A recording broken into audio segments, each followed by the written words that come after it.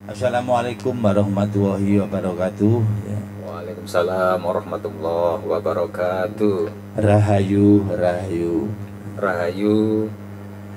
Alhamdulillah pada kesempatan sore hari ini ya kami masih diberikan kesehatan ya, kenikmatan untuk berkumpul bersama ya, berbahas tentang budaya ya, tentang budaya. Ini di sebelah kami ini ya, beliaunya ini dari pelosok sana ya, dari Tonomulyo Bu ya.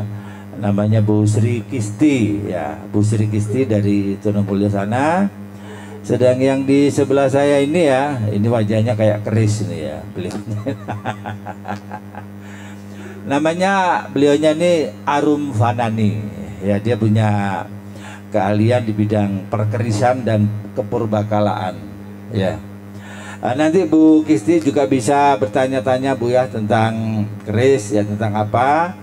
Jadi untuk pertama ini kami mohon untuk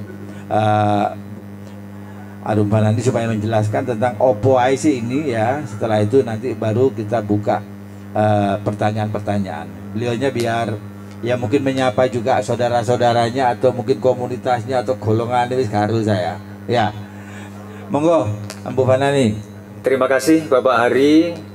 Pada sore hari ini saya mendapatkan kesempatan untuk diajak ngobrol atau bincang santai tentang Tosan Aji. Khususnya untuk saya Tosan Aji. Nanti untuk Ibu ada bidang yang mungkin mirip-mirip.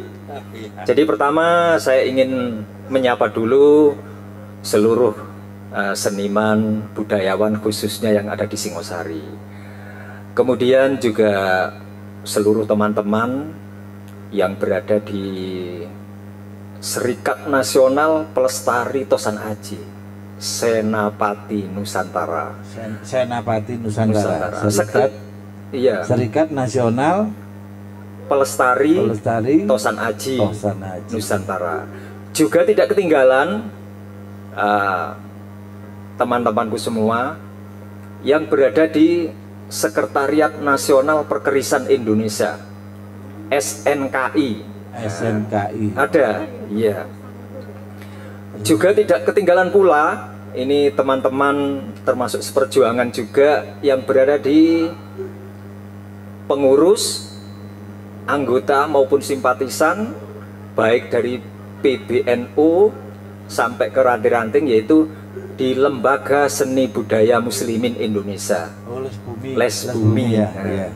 Luar biasa ya, beliaunya ini rupanya banyak sekali ya link-linknya ya. Memang mungkin itu memang dunianya terkait dengan budaya-budaya kepurbakalaan ini ternyata banyak ya, lembaga-lembaga yang menaungi ini atau yang berkecimpung di dalam budaya seperti ini. Juga teman-teman yang ada di paguyuban-paguyuban Tosan Aji. Jadi hampir di seluruh kabupaten maupun kota di Indonesia ini ada paguyuban-paguyuban. Ada yang satu, ada yang dua, bahkan ada yang lebih. Begitu ya. Iya. Ya, luar biasa. Ini yang tidak ketinggalan pula, ini para pengrajin keris.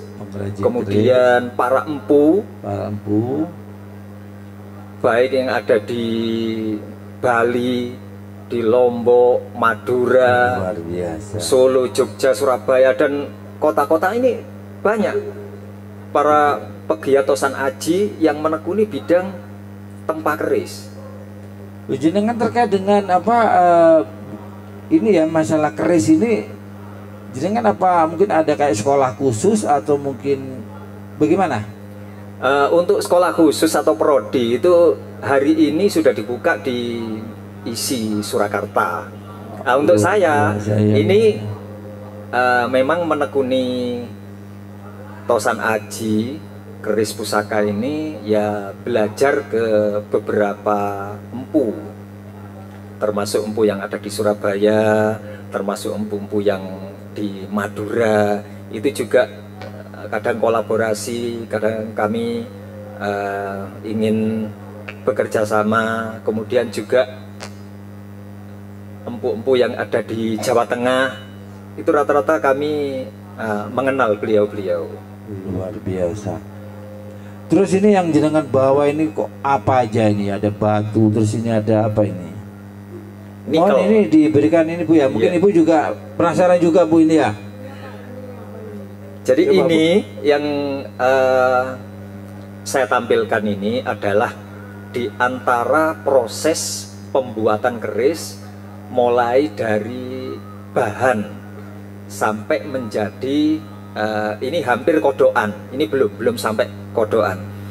Jadi bahan keris itu yang umum ini tentu saja ada 3 macam. Yang satu besi, yang kedua pamor, yang ketiga itu baja. Baja, ya. Nah, yang kalau zaman dulu keris pusaka itu untuk pamornya dari besi meteor atau iron meteorit. Tapi sebagian orang mengatakan dari batu meteor. Kalau batu meteor itu memang pilih yang mengandung unsur ferrumnya itu yang tinggi. Jadi besinya banyak. Kalau besinya sedikit tidak bisa dipakai untuk campuran pembuatan keris. Kalau untuk pamor ini tentu saja yang unsur nikelnya tinggi. Jadi harus yang iron meteorit. Untuk saat ini pengganti misalkan tidak ketemu iron meteorit itu ya nikel, baik lembaran maupun nikel-nikel yang ini ada di contoh nikel lembaran seperti ini ya. Itu salah satu nikel lembaran yang kami rangkai seperti ini. Jadi ini sudah ada 11 nikel yang sudah kami rangkai itu. Oh iya. Lipatan awal maksudnya. Oh beda. Itu sudah ada seloroknya, sudah hampir jadi kodokan. Apa kodokan? Kodokan itu satonan atau calonan keris yang sudah hampir membentuk, itu namanya kodokan. Jadi kalau lu ya sudah terbentuk luknya, kalau lurus ya sudah terbentuk, ada pesinya, ada bakalan ganja, dan pamor juga sudah terbentuk. Itu kodokan itu namanya. Oh, iya. Coba Bu, mungkin Ibu kok ini perlu yang ditanyakan, moga-moga Bu.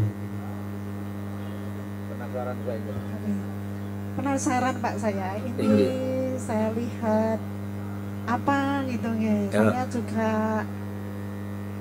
kurang mengerti. Pada sore hari ini saya tertarik juga melihat benda-benda ajaib bagi saya. Nah, perlu penjelasan dari Bapak. Monggo Pak. Sebetulnya yang saya tampilkan ini adalah bagian kecil dari prosesi pembuatan keris atau tosak haji. Jadi untuk pamor itu yang utama memang kami membuat bahan nikel.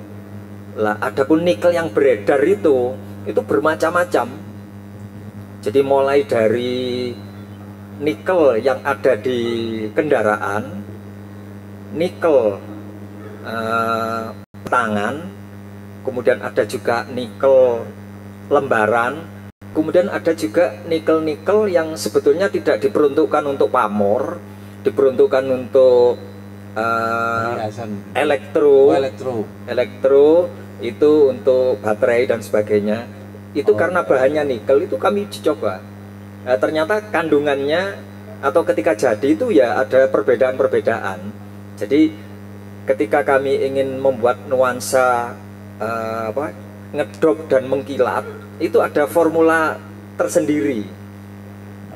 Jadi selain kami itu melihat karya-karya pusaka empu-empu lama, kami juga uji coba kalau nikel jenis ini bagaimana hasil akhirnya. Kalau dicampur dengan tosan aji, penemuan-penemuan, itu hasilnya seperti apa, itu juga sudah sering kami lakukan. Jadi kalau dulu mungkin mungkin lebih ke ini ya, iron meteorit tadi ya.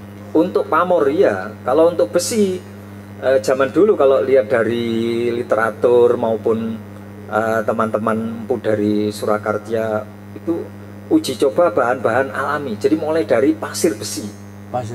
Mulai dari pasir besi itu diolah. Oh iya iya, pasir besi ya. Mulai dari pasir. Kalau sebagian kita untuk besi-besi alami itu juga sebagian pakai batu-batu yang mengandung besi. Jadi batu-batu batar besi itu kita pilih yang unsur ferrumnya itu tinggi. Jadi kami tumbuk dulu itu, kami ambil besinya, kandungan besinya, kemudian kami campur dengan besi-besi lain untuk kami olah menjadi lempengan yang nantinya dicampur dengan nikel untuk membuat pusaka. Oh gitu ya. Jadi gampangannya apa? Bahan yang diambil itu bisa dari besi, bisa dari nikel ya, bisa juga dari apa, batu pasir ya. Iya. Bisa juga. Tapi yang paling, kalau yang bukan paling pengertiannya ya, tapi kalau untuk pamor ya, itu memang yang iron meteorit tadi ya. Ya, itu yang utama selama ini begitu. Yang utama. Terutama zaman dulu. Zaman dulu, makanya. Kalau sekarang kayaknya kan susah juga nyari itu ya. Iya, sebetulnya di perdagangan internasional itu juga banyak kita temui, atau kalau kita memang sengaja untuk harus mendapatkan iron meteorit untuk bahan pamor, untuk pusaka-pusaka tertentu itu memang harus bahan-bahan yang berkualitas. Bahan berkualitas. Nggih. Terus kalau untuk ini ya, jadi kan di samping menekuni masalah proses pembuatan dan segala macam tadi, kan jenengan kan jual beli juga ya? Iya, dari sisi lain dunia perdagangan itu. Oh iya. Kayaknya kemarin waktu saya ngevlog di rumah jenengan kan kayaknya banyak juga ya, kayak mulai batu akik sampai piring-piring sampai banyak barang-barang purbakala itu loh. Oh itu iya, memang iya. diperjualbelikan itu Pak ya? Iya. Jadi Oh, iya. selama ini saya pribadi itu menekuni poin per poin. Misalkan pada tahun antara 91 sampai 92 itu yang saya tekuni ya, di samping ada batu permata, kemudian ada barang-barang antik itu uang-uang kuno. Oh ada uang kuno juga. Uang kuno terus kami tekuni. Iya iya iya iya. Dan lain-lain. Iya.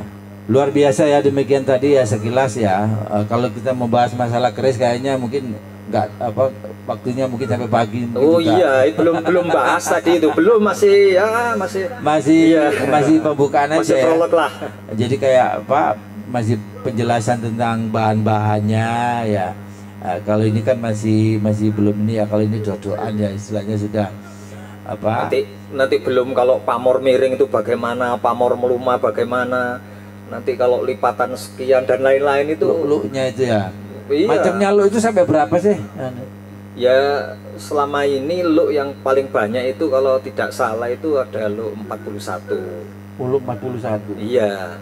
Berarti panjang kalau gitu ya? Apa juga ada yang pendek? Tidak harus panjang. Jadi harus panjang. Misalkan luk 13 dengan luk 3 itu kadang-kadang ukuran pasikutan. Jadi antara 36 sampai 40 cm itu ukuran keris normal. Ukuran keris normal ya, pasikutan tadi ya. Ada juga memang keris yang 1 meter dan seterusnya. Untuk hari ini itu ada.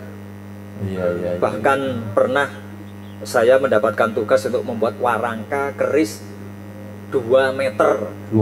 Warangkanya, jadi pernah. Warangkanya ya. Ini. Tempatnya kerisnya itu ya. Ibu di rumah punya simpanan pusaka, Bu. Pusaka leluhur ya. Biasanya pusaka leluhur. Mungkin punya apa, kayak apa, marmer apa istilahnya itu, giok ya.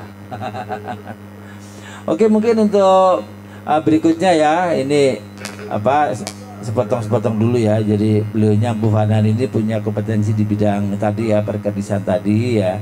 Jadi kalau misalkan saudara kita yang ada di para netizen ya, di saat pingin berkonsultasi ya tentang penemuan benda-benda purbakala, insya Allah beliaunya ini punya kemampuan di situ ya. Ya sedikit-sedikit lah untuk benda-benda purbakala itu. Karena juga di samping nekuni barang-barang penemuan juga ada unsur jual belinya. Lah ya, makanya di saat menemukan barang-barang yang sekiranya para netizen tadi ini mungkin dianggap barang antik ya, datang aja ke apa Arumanan, maksudnya apa ya, coba minta kejelasan ini barang apa ini. Ya, sejauh yang saya ketahui banyak memang teman-teman juga yang konsultasi lewat WA itu juga Bisa, waktu ya. luang gitu ya saya Iya, lihat, saya beri informasi sesuai dengan kemampuan saya. Oh, ya. Terutama bidang tosan aji, kadang penemuan-penemuan ada perunggu Tosan aji, atau ya. yang lainnya. Oke.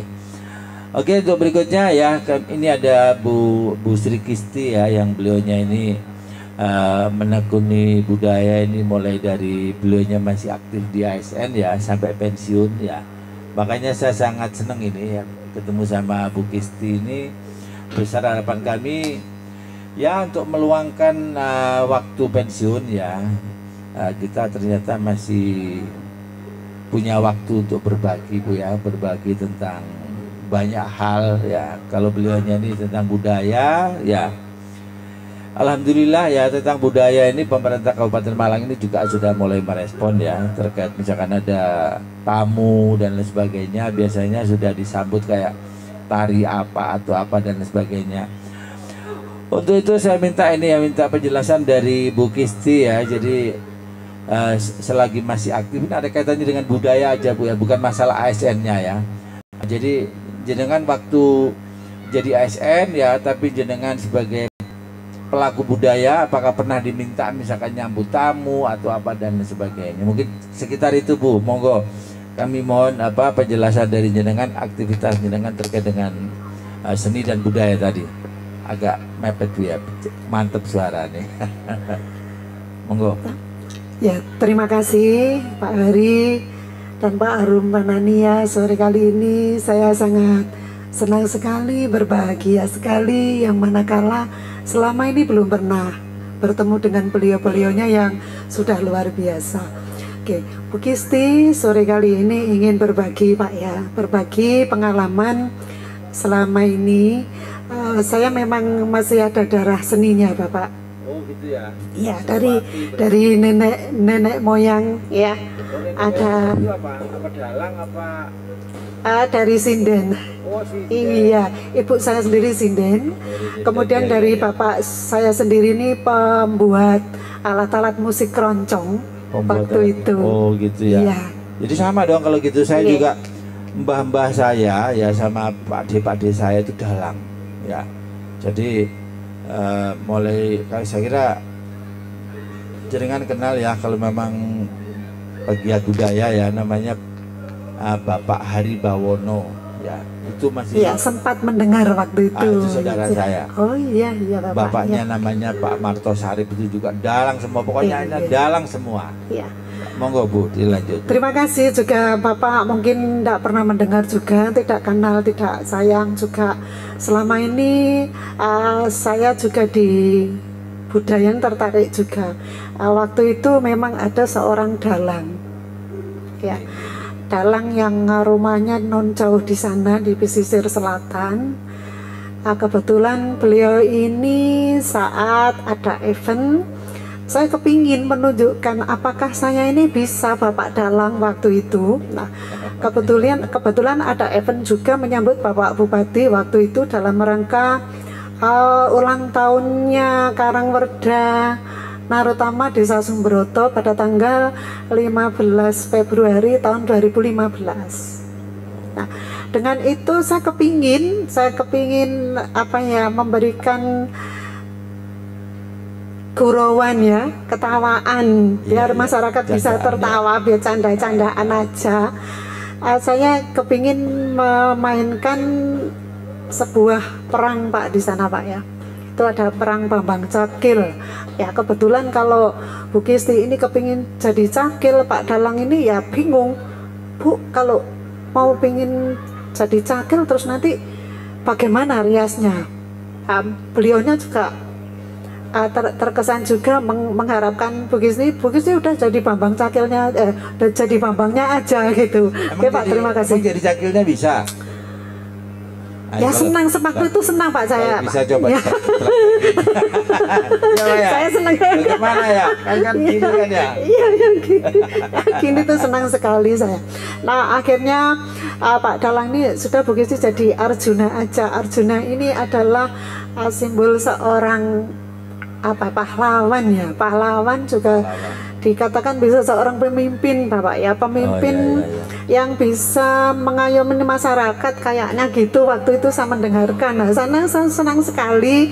Nah akhirnya saya bermain Bambang Cakil bersama Bapak Supari. Waktu itu Bapak Supari ini juga seorang pembuat keterampilan pakaian wayang gitu, Pak gitu Supari. Ya. Ini juga beliaunya punya adik seorang dalang. Kemudian punya teman Bapak Rateman, ini rumahnya di Desa Telogosari. Nah, beliaulah ini yang mengajari saya bisa mengenal wayang waktu itu. Dengan senang hati saya juga diajarin yang namanya Pak Sulo apa itu sebelum perang Bambang Cakil itu ada tembang, itu namanya apa Pak? Mungkin Pak Hari tahu. Waduh, aku kurang ngerti. Coba ya.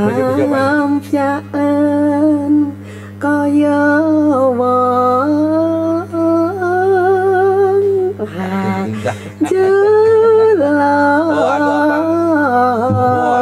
Inje kalau tidak salah Bowo. Nah itu saya sampai menghafalkan selama 1 minggu Bapak saya menghafalkan ini. Nah akhirnya terjadilah perang Bambang Cakil, di mana seorang Arjuna ini memang benar-benar pahlawan tanpa tanding Bapak. Jadi Bu Kisti ini selalu menang. Bu Kisti yang menjadi Arjuna ini menang. Selain itu budaya yang lain juga banyak. Satria tampan sekali, itu nih Pak ya. Mungkin sekali karena main sekali selesai. Ngaten.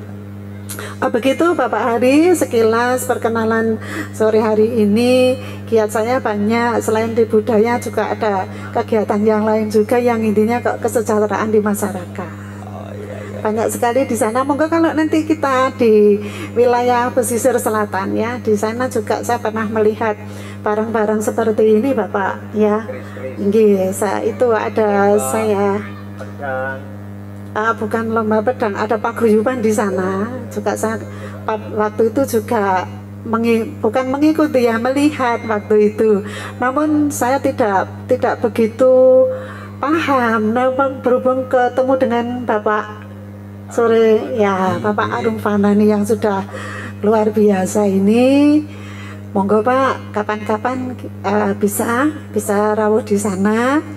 Nanti bisa berbagi juga. Bantur apa? Daerah Panteng Liok. Di wisata iya. Panteng Liok. Mungkin Bapak pernah ke sana? Pernah Ya. Oke. Iya. Di sana banyak beliau-beliaunya juga pakar-pakarnya seperti ini. Demikian Bapak Hari, apalagi yang bisa saya berbagi sore kali ini. Benar saya bahagia sekali. Baru kali ini usia 62 tahun baru melihat bukan keanehan ya Pak. Aneh bagi saya maksud saya gitu. Ini ada batu, ada apa ini? Saya kira ini tadi minyak angin Bapak. Saya nggak paham. Ini juga kayak warangan namanya gitu. Terus ini kayaknya apa Pak? Ini semar atau gimana? Bukan ya? Oke. Semar ya betul. Ini perlu dijelaskan apa mampu ya. Ini tadi apa ya dikiranya? Apa maksudnya? Mungkin Bapak bisa. Mungkin bisa pegang-pegang ini. Boleh tak cek aku khawatir lah tak cek kok. Takut strumnya Pak ya. Ini benar nggak ada strumnya ya Pak ya? Oh nggak ada ya. Ya. Terima kasih Pak. Saya kembalikan. Terima kasih. Jadi yang saya tampilkan ini diantaranya ada salah satu botol plastik. Ini di sini tertulis warangan. Jadi ini salah satu bahan untuk mewarangi keris. Jadi keris itu diwarangi sehingga tampaklah warna hitam dan putih. Jadi nikelnya juga kelihatan, besinya juga kelihatan, seloroknya, bajanya juga kelihatan. Ketika keris itu sudah dibersihkan, diputihkan, kemudian dicelup atau diproses dengan bahan namanya warangan. Iya. Jadi selama ini keris-keris pusaka yang dirawat dengan baik itu biasanya ditampilkan pamornya lewat prosesi marangi atau warangan.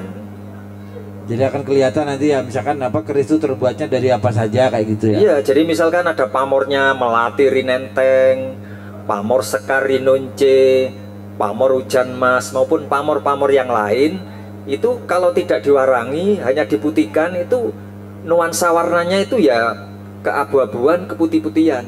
Tetapi kalau diwarangi itu ada yang keabu-abuan, keputih-putihan dan hitam. Jadi ada biasanya kalau yang keris-keris pusaka lama yang ada warna kuningnya itu biasanya ada kinata emasnya. Seperti Singo Barong yang ada kinata, atau Nogososro yang warna kuning.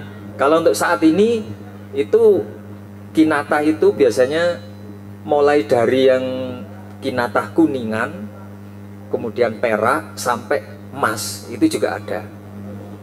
Waduh, jadi ada yang terbuat dari emas juga ada ya keris itu ya? Kalau kerisnya tetap terbuat dari rangkaian besi, tetapi itu ya. ornamen atau hiasannya itu ditambah dengan namanya tinatah atau kinatah emas. Jadi diukir, dipasang emas gitu. Oh gitu ya. Biasanya emas 24 karat yang dipasang gitu. Ya. Jadi hanya itu bukan menjadi salah satu bagian, tapi untuk mungkin untuk memunculkan nilai seninya, atau mungkin apa kok harus dikasih emas, apa bisa memunculkan kayak pamornya gitu. Kalau pamor masih tetap kembali ke warna putih atau nikel, tetapi emas itu biasanya berhubungan dengan strata sosial, status kepemilikan. Oh iya iya. Jadi misalkan keris pusakanya Punggowo atau Raja atau Pate, itu secara otomatis keris-keris pusakanya adalah keris-keris pusaka yang pilihan atau linuweh lah. Jadi baik perabotnya maupun ornamen yang ada pada keris itu adalah sesuatu yang lebih khusus, spesifik. Gitu ya. Jadi kita akan tahu, misalkan ada dua keris yang sangat berbeda. Ini kira-kira dulunya pemiliknya itu strata sosialnya atau itu bisa diketahui ya. Iya. Jadi iya. sampai saat ini pun perabot keris atau warangka itu tidak hanya 1-2 juta, puluhan, bahkan ada yang perabotnya itu ratusan juta.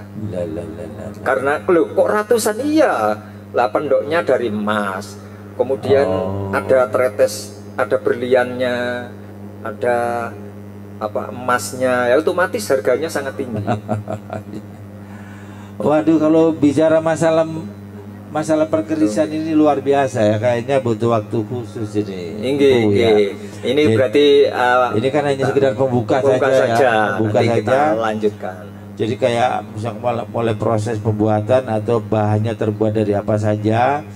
Kalaupun nanti ada emasnya segala macam tadi, mungkin bisa diketahui dari kepemilikan. Dulu itu mungkin punyanya Raja atau punyanya Punggowo atau apa dan lain sebagainya. Betul. Itu dari itu tadi ya, bisa diketahui dari misalkan ada ornamen emasnya atau apa dari perabot atau warangkanya saja bisa terlihat. Ya, dari bajunya itu loh. Bajunya. Oke sahabat, kayaknya ini waktunya memang nggak bisa panjang Bu ya, karena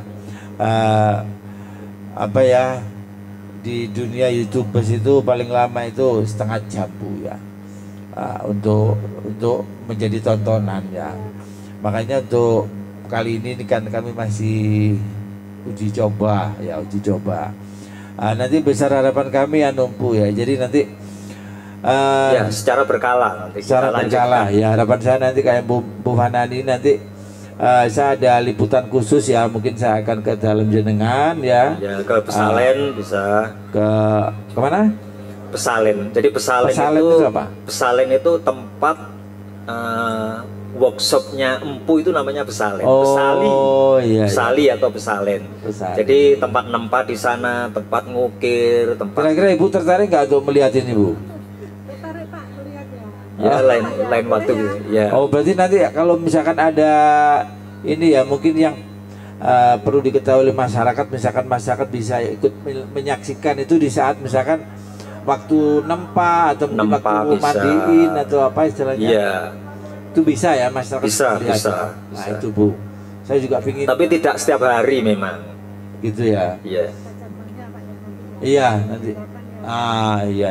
Ya di antaranya hari Selasa 2 hari lagi ini ada acara tempa. Tempa ya. Kalau misalkan mau hanya apa ngeliput gitu nggak bisa. Iya. Ya mungkin untuk perjumpaan kali ini ya kita cukupkan dulu ya. Saya mohon dari Bu Fana ini mungkin memberikan closing statement ya untuk komunitas jenengan, kelompok jenengan, mungkin apa yang perlu jenengan sampaikan ya terkait dengan kemampuan jenengan tadi, monggo. Ya terima kasih. Jadi mungkin ini bukan yang pertama kalinya. Ya kalau memang ada beberapa channel atau YouTube yang kadang mampir itu wawancara, ya saya persilahkan. Saya sendiri tidak punya channel begitu. Jadi apa tadi yang saya sampaikan itu ya mungkin tidak selalu benar, tapi itu bagian dari aktivitas yang sehari-hari saya tekuni. Mungkin juga ada pertanyaan atau yang lainnya, itu juga kami persilakan ya di ini channel. Kalau bagi saya ini channel yang baru, nanti akan berkelanjutan. Terima kasih banyak. Selamat sore. Oke, demikian tadi ya. Jadi Bu Hanan ini memberi pintunya sangat terbuka ya, beliaunya ini ya. Mau berdiskusi lewat kontak person juga bisa ya, atau mungkin ke pesalen ya, ke pesalen ya. Kalau ingin tahu proses pembuatan keris ya, atau waktu memandikan dan sebagainya. Mungkin dari Bu Kisti ya, ini pesan-pesan untuk anak muda kira-kira apa Bu Kisti? Monggo Bu Kisti ya. Terima kasih. Kali ini saya kepingin memberikan pesan kepada anak-anak muda, terutama yang tidak mengenal atau belum tahu tentang budaya. Marilah semua budaya kita amini gitu ya Bapak ya. Mudah-mudahan Kabupaten Malang dan sekitarnya nantinya bahkan sampai ke tingkat nasional. Ini ayolah kita nguri-nguri budaya. Ngaten Pak dari saya. Terima kasih. Ya demikian tadi ya dari Bu Kisti, juga dari Aba Arum Fanani, Empu Arum Fanani ya, beliaunya dari Singosari, sedang Bu Kisti ini dari Tonomulyo. Saya terima kasih sekali bisa bergabung di kegiatan dialog budaya Nusantara pada sore hari ini ya. Semoga nanti pada momen-momen berikutnya kami siap hadir ya, misalkan di desa jenengan misalkan ada kegiatannya kaitannya dengan budaya, saya bisa hadir ya. Mungkin juga dari Bu Fanani nanti kalau misalkan mau istilahnya jamasan ya, jamasan istilahnya ya, jamasan misalkan memandikan keris ya, kami juga mohon dihubungi ya. Nanti akan saya informasikan kepada para netizen ya, agar pemahaman tentang keris itu nanti menjadi menarik. Begitu juga pesannya Bu Kisti kaitannya dengan budaya. Mari budaya ini kita uri-uri, kita lestarikan. Ya mungkin itu yang bisa kami sampaikan ya. Akhir kata, wassalamualaikum warahmatullahi wabarakatuh.